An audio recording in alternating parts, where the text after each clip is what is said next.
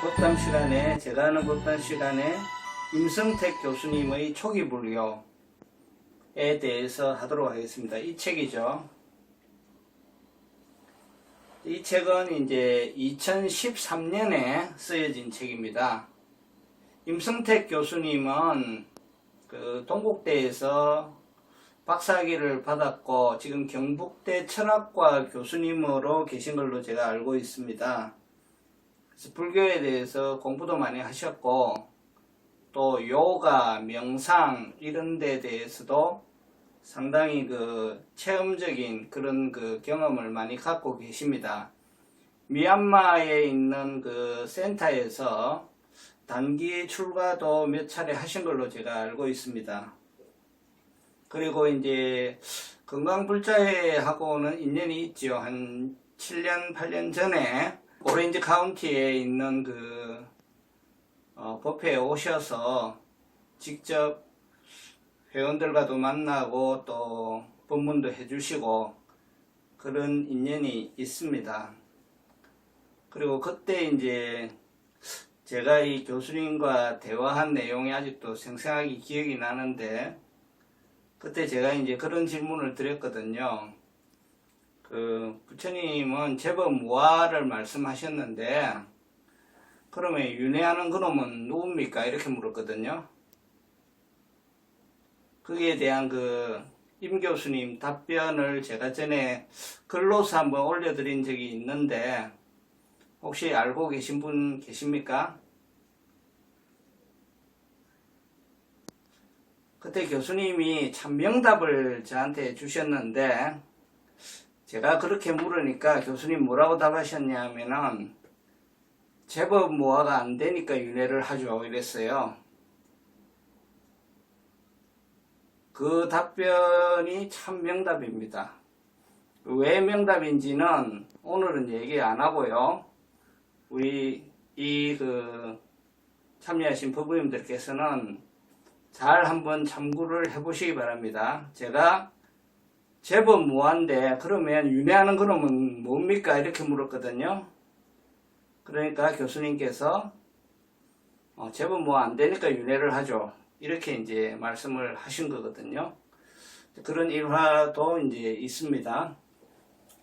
그리고 이 그 책의 내용은 교수님께서 2년간 법보신문에 94회에 걸쳐서 칼럼 형식으로 초기 불교가 포함하고 있는 내용에 대해서 이 주제별로 칼럼을 연재를 하셨습니다. 그래서 그 94편의 칼럼을 주제별로 또 5개의 장으로 분류를 해서 책으로 만드신 것입니다. 그래서 한 편 한 편씩 우리가 한번 같이 읽어본다는 생각으로 또 읽어보면서 그 의미를 되새겨본다는 차원에서 공부를 한번 해보도록 하겠습니다. 그래서 제 1장이 2장, 3장에서 이제 5장까지 있는데요. 우선 그 목차를 이 책이 포함하고 있는 전체 내용을 간략하게 살펴보면 제 1장이 이제 초기 불교의 특징해서 붓다의 생애, 가르침, 불교의 변천사를 다루고 있고요. 제 2장은 불교와 비불교, 그러니까 이제 불교와 전혀 동떨어진 그런 거에 대한 내용은 아니고요. 불교와 엇비슷하거나 아니면은 거의 비슷한 시기에 있었던 그 인도의 그 기타 종교들과 불교와의 차이점, 즉 그 브라만교, 뭐 자이나교, 또 이제 요가 수행, 이제 이런 것과 불교와의 차이점에 대한 얘기를 하고 있고요. 제 3장에서는 초기 불교의 기본 가르침 해서 무상과 무아와 고, 깨달음, 보시, 계율, 또 천상, 뭐 천국이라고 하는 천상이 과연 뭐냐, 이런 얘기들을 하고 있습니다. 그리고 제 4장에 사성제의 이해와 실천, 그래서 불교의 많은 교학 중에 이 사성제를 하나의 장으로 별도로 떼놨죠. 그만큼 중요하다는 얘기고요. 그래서 사성제 8정도, 사성제라는 것은 이제 고집멸도를 얘기하는 거죠. 이 고집멸도에 대한 그 사성제의 좀 상세한 내용을 다루고 있습니다. 그리고 제 5장에 있음에 대한 분석해서 이제 오온이란 무엇이며 12처, 18개, 12연기, 윤회 이런 문제를 다루고 있습니다. 그래서 초기 불교가 다루는 교학의 거의 대부분을 커버하고 있다. 그래서 우리가 이제 기초교학을 공부하는 데 있어서 상당히 좀 많은 도움이 될 것이다. 이런 생각이 듭니다. 자, 그러면 본문 내용으로 들어가서 살펴보겠습니다. 초기 불교의 특징. 초기 불교의 특징이라는 것은 이제 우선 우리 석가모니 부처님으로 불교가 이제 시작이 되는데 그 부처님의 연표를 한번 살펴봅시다. 연표는 부처님은 공식적으로 기원전 624년에 출생하셔서 544년에 입적하신 걸로 되어 있습니다. 그런데 이 544년도 입적한 걸로부터 이제 우리가 불기를 따지거든요. 그래서 기독교에서의 서기는 예수님의 탄생으로부터 따지는 것이고 불교의 불기는 부처님의 열반으로부터 따지는 것입니다. 그래서 이 열반의 시기를 BC 544년으로 잡는데 이것이 그 전에는 나라별로 다 달랐습니다. 그래서 제일 가깝게 보는 나라에서는 BC 383년을 그 부처님의 열반으로 잡는 반면에 가장 멀리 보는 나라에서는 948년, BC 948년을 잡아요. 그래서 이것이 상당히 편차가 있죠. 1956년 제4차 세계불교도 대회가 네팔의 수도 카트만두에서 열렸는데 거기에서 이제 부처님의 그 연표를 많은 회의를 한 다음에 확정을 한 거예요. 세계적으로 통일을 시킨 거죠. 그래서 544년이 이제 부처님의 열반으로 확정을 했다. 그래서 1956년 이 회의가 일어난 1956년을 불기 2500년으로 선포를 한 것입니다.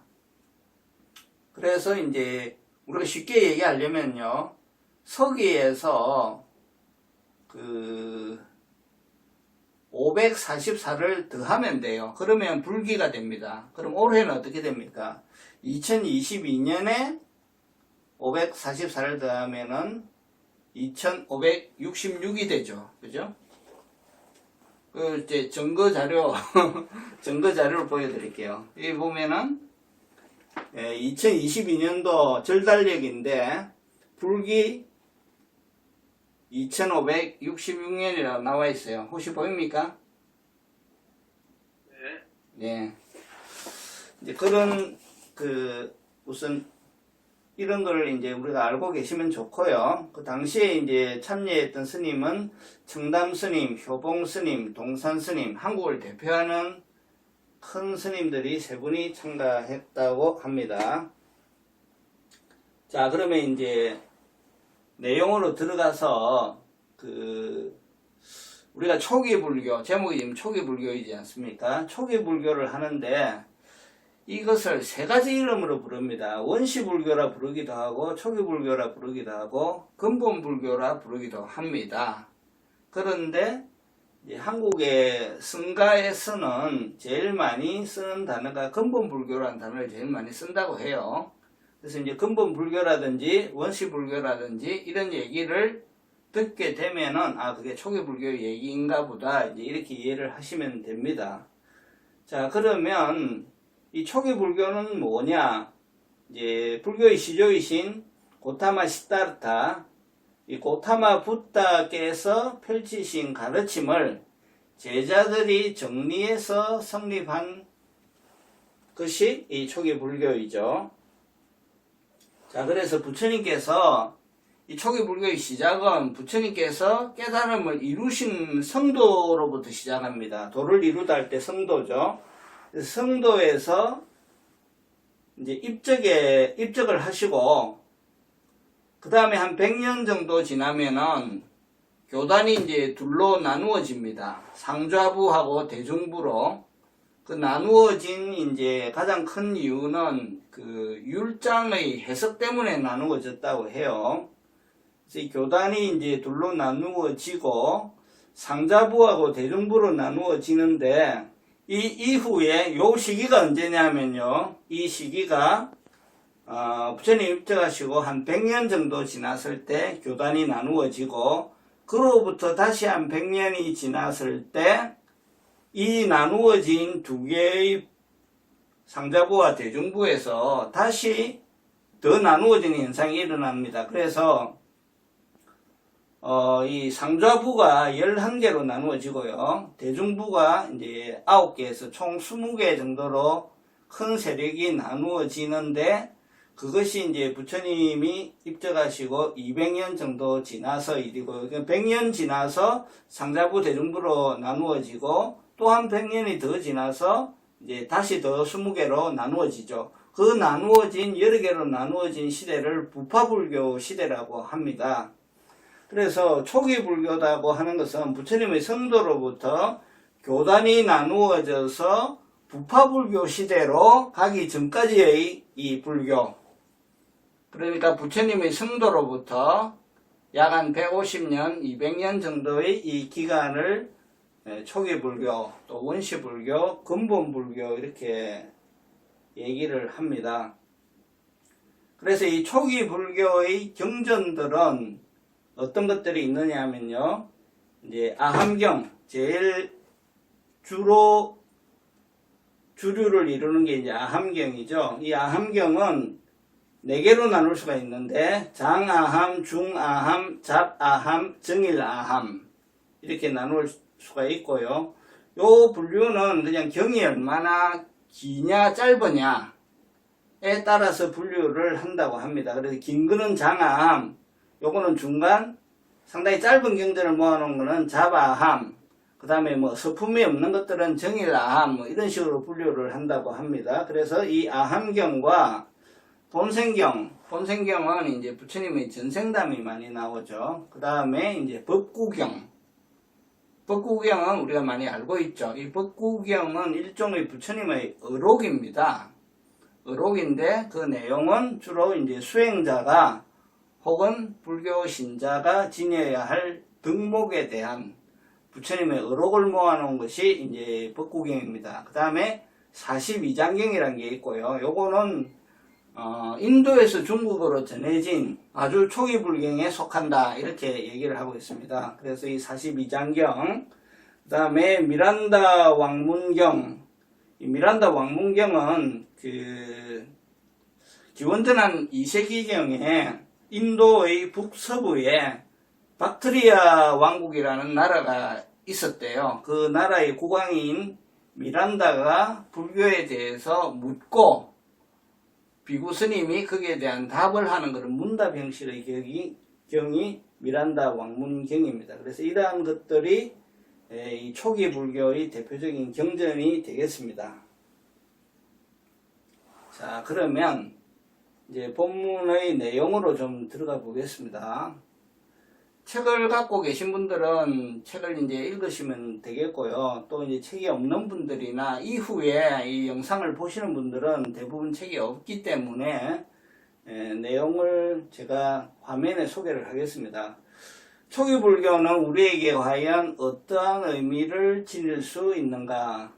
역사적 사실만을 말하자면 2500년 전쯤 인도에서 시작되었으며, 고타마 시타타 붓다라는 그러한 인물과 그의 제자들에 의해 주도된 개혁적 종교라고 할 수 있다. 여기서 이제 우리가 생각해야 될 게 개혁적 종교다 이거죠. 불교가 개혁적 종교다. 그래서 제가 알기로는 두 가지의 면에서 상당히 개혁적이었다.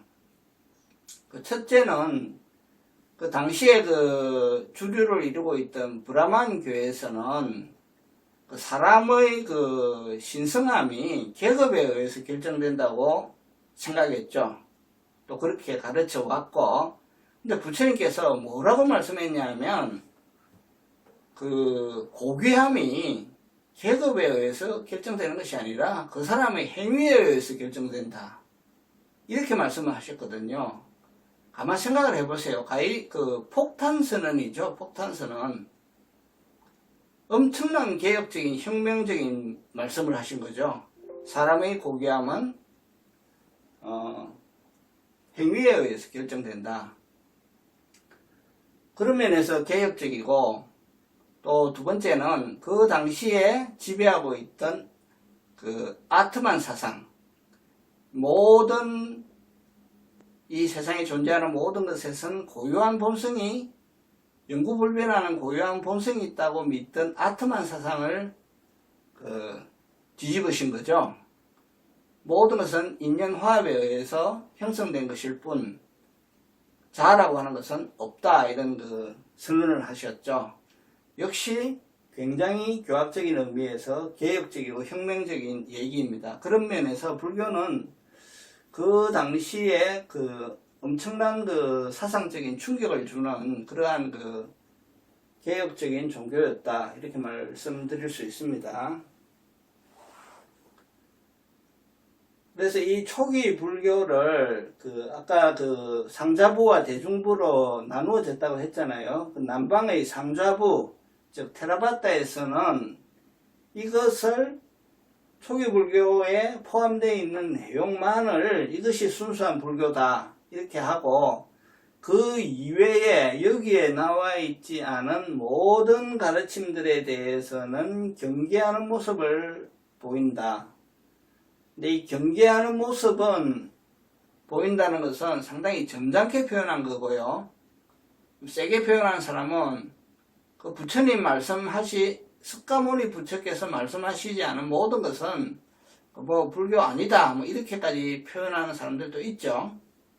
그래서 어떻든 이 초기 불교의 내용이 이것이 순수한 불교다, 이렇게 이제 주장을 한다는 얘기를 합니다. 그래서 이 외의 가르침에 대해서는 경계하는 모습을 보인다. 그런데 북방의 대승불교에서는 초기 불교에 대해서 어떻게 평가하느냐? 이것은 불교라고 하는 흐름이 시작된 최초의 발원지다. 그죠? 발원지고 여기서 무수한 연꽃들이 피어난다. 그죠? 무수한 가르침들이 여기서 피어나는 어떤 발원지로 이제 생각하고 있다. 오히려 그 이후에 성립된 가르침들에 대해서 더 많은 관심을 보인다. 이게 이제 북방불교죠. 한편 더욱 후대에 이르면은 이제 밀교가 나타나는데, 이 밀교 등에 이르면은 초기 불교에 대해서는 그다지 큰 의미를 부여하지 않는다. 스카모니 붓다의 스카모니 붓다란 분은 진리의 몸체로 말할 수 있는 바이로차나, 즉 비로자나 부처님이죠. 법신불이죠. 이 법신불이 형상을 드러낸 화신불이다. 이런 의미에서 스카모니 붓다를 바라보는 것이고, 이 초기 불교의 그 전체 내용에 대해서는 그렇게 큰 의미를 부여하지 않는다. 이게 이제 밀교의 입장입니다. 그래서 밀교라고 하는 것은 이제 말 그대로 비밀의 가르침이다, 이런 뜻인데, 이제 현교, 드러나 있는 현교에 대해서 좀 상대적인 개념이죠. 그래서 여기는 주로 이제 진언 수행을 많이 합니다. 한국의 이제 일본의 또 한국의 그 진언종, 또 티베트 불교가 대표적인 이제 밀교에 해당되겠습니다. 그래서 이 불교라고 하는 것은 상당히 많은 다양한 모습들이 자기를 불교라고 하면서 그 종교 활동을 하고 있는 거죠. 그래서 이제 일본의 창가학회, 남매의 호랑객교 이런 데서도 당신은 누구입니까? 하면 나는 불교입니다, 이러거든요. 그런데 이제 그런 그 데 가면은 오로지 그런 데 가면은 이 초기 불교가 중요한 게 아니라 그 묘법이 연화경이 가장 중요한 거예요. 그리고 철저하게 기도 위주의 신행 활동을 하거든요. 그러면 남방불교 쪽에서 볼 때는 그 불교가 아닌 거예요. 그렇지만 그 장각회 얘기를 들어보세요. 자기네가 진짜 불교다고 얘기를 하죠. 그래서 이러한 다양한 그런 환경 속에서 초기 불교는 어떠한 의미를 갖고 있느냐 하는 것이 지금 이 임성택 교수님께서 책에서 쓰고 계신 그런 내용입니다. 자, 그래서 지금 그 내용을 좀 더 이제 설명을 하자면, 세계의 종교사를 통틀어 불교만큼 스스로에 대해 이와 같이 다양한 시각을 용인하는 종교는 없을 것이다. 굉장히 다양하다 이런 얘기죠. 불교는 마치 거대한 대양처럼 여러 이질적인 사상과 교리를 흡수하면서 오늘에 이르고 있다. 한쪽에서는 무와 공 그런 가르침을 통해 그릇된 견해와 집착을 해체하는 데 줄여가는 반면 남방불교의 얘기죠. 다른 쪽에서는 불성이라든지 열애장 혹은 한마음, 일심 이러한 포용적 논리, 포용의 논리로서 각박해진 마음을 다독인다. 이러한 양상은 서로 모순되는 것처럼 보이기도 하고 혼란스러움을 초래할 수도 있다. 그럼에도 불구하고 각각의 입장들은 스스로에 대해 불교라는 명칭을 포기하지 않는다. 바로 이것은 불교라는 종교에 대해 대책 없는 상대주의라는 또 다른 편견을 불러 일으킬 수 있다. 이 대책 없는 상대주의는 뭐냐? 이 상대주의라고 하는 것은 동일한 사태에 대해서 서로 모순되는 주장을 용인한다. 너의 입장에서는 이것이 정답이지만 그 입장에서는 그것이 정답이다. 그래서 이 불교가 지금 현재 포용하고 있는 것이 굉장히 넓다. 그래서 때때로 서로 상충되는 그러한 모습들까지 현재 나오고 있다. 이제 이런 얘기죠. 그래서 북방불교의 이제 교학에 대해서 남방불교의 입장이 이제 그러하고 또 남방불교의 율장에 대해서 북방불교의 입장이 또한 그러하다. 예를 들어서 이제 이런 거죠. 남방불교에서는 율장이 오후 불식입니다. 그래서 오후 2시 이후에는 아무것도 먹지 못하게 해요. 그게 부처님의 가르침이고 그게 율장이다라고 하거든요. 근데 북방불교에서는 전혀 개의치를 않죠. 어디 밥에 어디 법이 있느냐 이제 이리 나오죠. 그래서 그러한 것들에 얽매이는 것이 부처님의 참 정신이 아니다. 이렇게 그 하나의 사안에 대해서 보는 견해가 다른 거예요. 그리고 전에 한번 말씀드린 바 있습니다만 전에 하얀 거짓말 얘기를 했죠. 하얀 거짓말. 어떤 사람이 내가 숲에 앉아서 쉬고 있는데 어떤 사람이 피를 흘리면서 도망을 쳐와서 선생님 저 제발 좀 살려주십시오. 그러고 내가 앉아있는 뒤에 덤불에 숨었단 말이죠. 불과 얼마 지나지 않아서 칼을 든 한 사람이 얼굴이 시뻘게 해가지고 쫓아와서 방금 도망친 놈 그럼 어디로 갔어? 이렇게 이제 다같이 묻는 거죠. 자, 그러면 여기서 거짓말을 할 것이냐 생명을 살릴 것이냐 하는 문제가 나오잖아요. 그래서 북방불교에서는 서슴지 않고 다른 방향을 가리키면서 그 사람을 다른 방향으로 보내버립니다. 왜냐하면 5개 중에 거짓말을 하지 말라보다 생명을 구하는 게 먼저니까 그게 이제 북방불교죠. 근데 실제로 남방불교 수행자들은 제가 이렇게 얘기하면 당신이 틀렸다 이렇게 얘기합니다. 거짓말을 해서는 안 된다는 거예요. 그러면 어떻게 해야 되죠? 그러면 뭐라고 말씀하시는가 하면은 그 사람한테 나는 당신에게 사실을 말할 수 없습니다.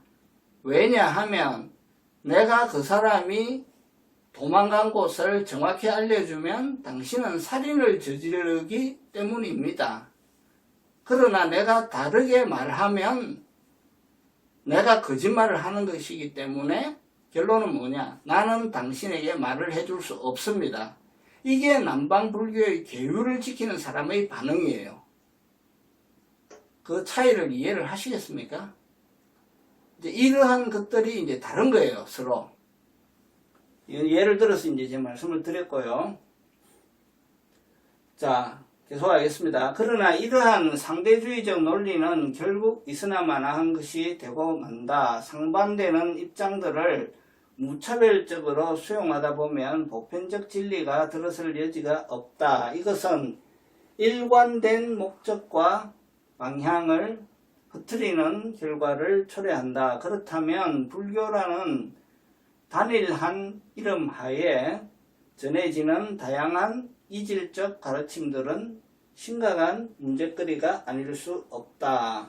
이들 중에서 과연 어떤 주장이 붓다의 가르침을 진실로 개선하는 것인가?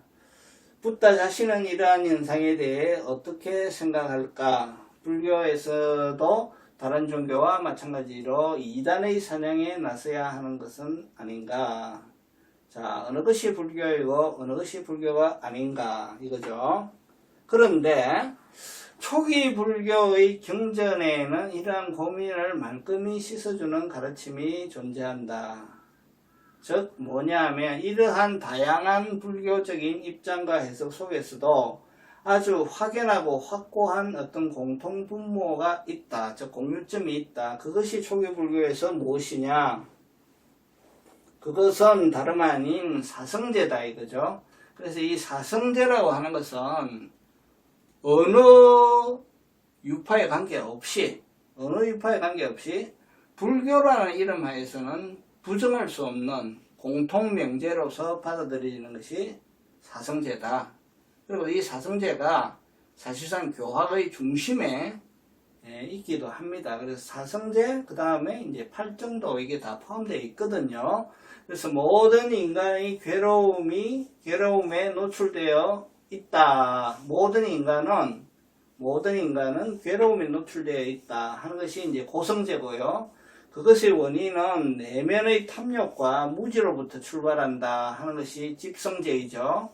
그래서 이 집성제 할 때 이 집자가 집착한다는 집자가 아니고 쌓인다는 집자임을 명심을 하시기 바랍니다. 나중에 사성제 할 때 좀 더 자세히 하겠지만 쌓을 집자죠. 이 집성제로 인해서 괴로움이 발생한다. 그러한 괴로움은 반드시 극복될 수 있다 하는 것이 이제 멸성제고, 그것을 극복하는 길이 엄연히 존재한다라고 하는 것이 이제 팔정도이죠. 도성제 이제 팔정도인데 8가지의 고귀한 길이라고 그러죠. Eightfolded Noble Way. 자, 바로 여기에서 괴로움을 극복하는 데에 오로지 주력해온 불교라는 종교의 보편적 성격을 확인할 수 있다. 시대를 관통하는 불교의 궁극 목적은 모든 중생들이 괴로움을 벗어나 즐거움을 얻는 것이다. 즉 이고등락이다 이거죠.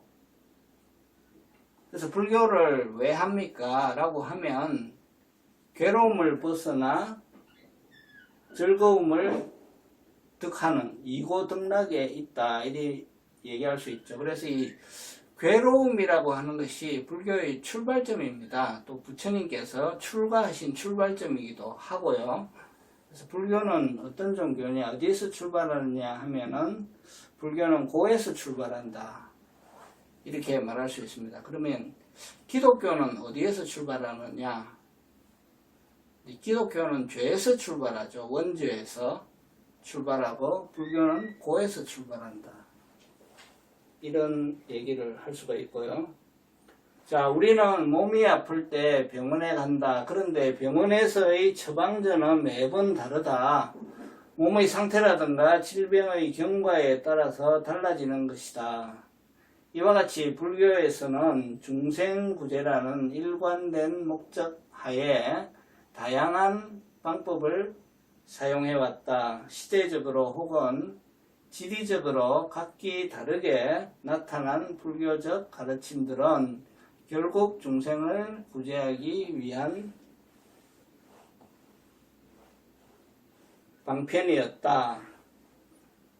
그래서 이제 이렇게 다양하게 불교의 모습이 나타나는 것은 그 고통의 형태가, 괴로움의 형태가 갖가지로 다르게 나타나기 때문에 그러하다. 이제 그런 겁니다. 병이 여러 가지이기 때문에 약이 여러 가지이다. 그리고 이제 지리적으로 그 나라나 지역이 갖고 있는 어떤 특성이 있거든요. 거기에 맞춰서 좀 다양성을 가지고 나타난 것일 뿐이다. 이런 얘기입니다. 초기 불교의 특징 또한 여기에서 찾을 수 있다. 초기 불교의 가르침은 간명하면서도 구체적이다. 그러나 어느 불교에서 보다도 유연하고 탄력적으로 괴로움에 대한 대처 방안을 제시한다. 바로 이것이 오늘날 초기 불교에 대해 다시 주목해야 하는 이유이다. 그래서 이제 가장 대표적인 보편성을 갖고 있는 것이 초기 불교다. 대표적인 예가 앞에서 말씀드린 사성제이다. 이런 얘기입니다. 자, 요것이 이제 이 본문의 내용은 여기까지입니다. 본문의 내용은 여기까지이고, 어떤 뭐 커다란 메시지라기보다도 우리가 이제 불교를 공부하면서 상식적으로 좀 알아야 될 일, 교양적인 측면에서 우리가 그 이해해야 될 일, 이런 것들을 이제 조용히 서술을 하고 있죠. 이상 이제 내용이고요. 우리 부부님들 이제 이 내용에 대해서 하시고 싶은 말씀이나 질문사항이 있으면 같이 논의를 해보도록 합시다. 그러면 마지막 코멘트만 하겠습니다. 마지막 코멘트는 뭐냐면, 이제 아까 그 지역에 따라서 여러 개로 이제 불교의 모습이 나타나면서 그것이 불교의 또 다른 모습이구나, 이렇게 이제 생각하면 되는데, 내 거는 불교고 네 거는 불교가 아니다, 이제 이렇게 나오는 경우가 있거든요. 그게 이제 항상 문제가 되는 거거든요. 그래서 뭐 대표적인 경우가 이제 대성 비불설 논쟁이 있지 않겠습니까? 그래서 이제 상자부 불교 쪽에서 대성 불교에 대해서 그쪽에서 그 주장하는 바나 경전의 내용이 그게 이제 뭐 부처님이 얘기한 것도 아니고 이제 어쩌고 이제 이렇게 표현을 하는 경우가 있거든요. 실제로 또 그런 그 기록들이 있고, 이제 그런 문제에 대해서 과연 어떻게 우리는 생각하면 좋을까 이제 하는 문제입니다. 그래서 그 문제는 그 대성불교 쪽에서는 두 가지 면에서 얘기를 하는 것 같아요. 첫째 관점은 뭐냐 하면, 그 초기 경전도 부처님이 살아 계실 당시에 제자들이 이제 연필과 종이를 들고 따라다니면서 쓴 게 아니잖아요. 초기 경전들도 이제 부처님 사후에 150년 정도 지나서 이제 만들어지기 시작한 거예요. 그래서 부처님 사후 한 200~300년 사이에 만들어졌고, 또 대성경전은 그보다 조금 늦죠. 한 500년 정도에 이제 만들어진 것들이 대성경전인데, 그러면 시대가 이제 좀 빠르다고 해서 시대가 빠른 경전은 100% 부처님의 말씀이고 시대가 조금 늦은 경전은 부처님의 말씀이 아니냐 이렇게 얘기할 수 있죠. 당연히 그 둘 다 그 부처님의 제자들이 기록한 경전들 아닙니까? 그래서 부처님의 그 말, 과연 이 말을 부처님의 육성으로 나왔느냐, 부처님의 육성으로 나온 말이 아니냐를 가지고 따지고 하는 것은 참으로 그 공부를 하는 데 있어서 어리석은 것이다. 그래서 중요한 것은 부처님의 사상이 맞느냐 안 맞느냐 이렇게 봐야 된다. 이런 것들입니다. 이런 것들이고 부처님께서도 그 잡안경에 보시면 숲속을 제자들과 함께 거니시다가 나뭇가지 하나를 땅에 떨어진 것을 집어 들고는 이것이 붙어있는 잎사귀가 많으냐, 저 숲에 있는 잎사귀가 많으냐 할 때 저 숲에 있는 잎사귀가 훨씬 많습니다. 비교가 안 됩니다. 라고 할 때 이제 얘네가 깨달은 거는 그처럼 큰 것이고 얘네가 너희들에게 말한 것은 그게 정말 작은 부분에 불과한 것이다 이런 말씀을 하셨거든요. 그래서 그 부처님의 사상이 그대로 전해진 것이냐 아니냐 이런 걸 가지고 해야지 육성에 포함이 되어 있느냐 안 포함되어 있느냐 이렇게 따질 수는 없는 것이다 하는 것이 하나의 측면이고, 두 번째 측면은 자 불경이라고 하는 것은 그 부처님의 깨달은 바의 그 경인데 부처님께서 이제 불교를 여시지만 그 뒤에도 숱한 그 불보살들이 이제 계시다라고 이제 우리는 얘기를 하죠. 그래서 우리 이제 용수의 경우에 우리 용수 스님이라고 잘 안 하죠. 용수보살이라고 하죠. 용수보살.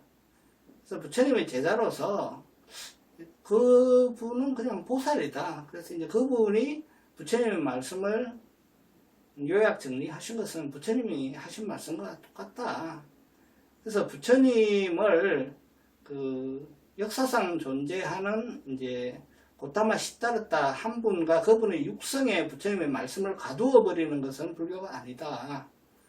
그래서 부처님 이후에 수많은 그 뛰어난 제자들, 보살들의 가르침도 부처님의 가르침에 전성개성한 가르침들을 다 부처님의 말씀이 전해지는 그러한 그 사상이 전해지는 것을 봐야 된다. 이렇게 그 두 가지 측면에서 말씀드릴 수가 있습니다. 예, 좀 참고가 되었으면 합니다. 예, 예? 감사합니다. 네. 예. 그러면 오늘 법회를 그럼 여기서 끝마칠까요? 네. 접속해 주신 분들한테 감사드리고 밤이 깊어가니 다음에 또 이번 토요일날 이번 내일 모레 그 목요일날 그 김승배 선생님을 모시고 한번 또 얘기를 들어보기로 하겠습니다. 예, 참석해 주셔서 감사합니다. 네, 고맙습니다. 편히 쉬십시오. 승부하십시오. 감사합니다. 네.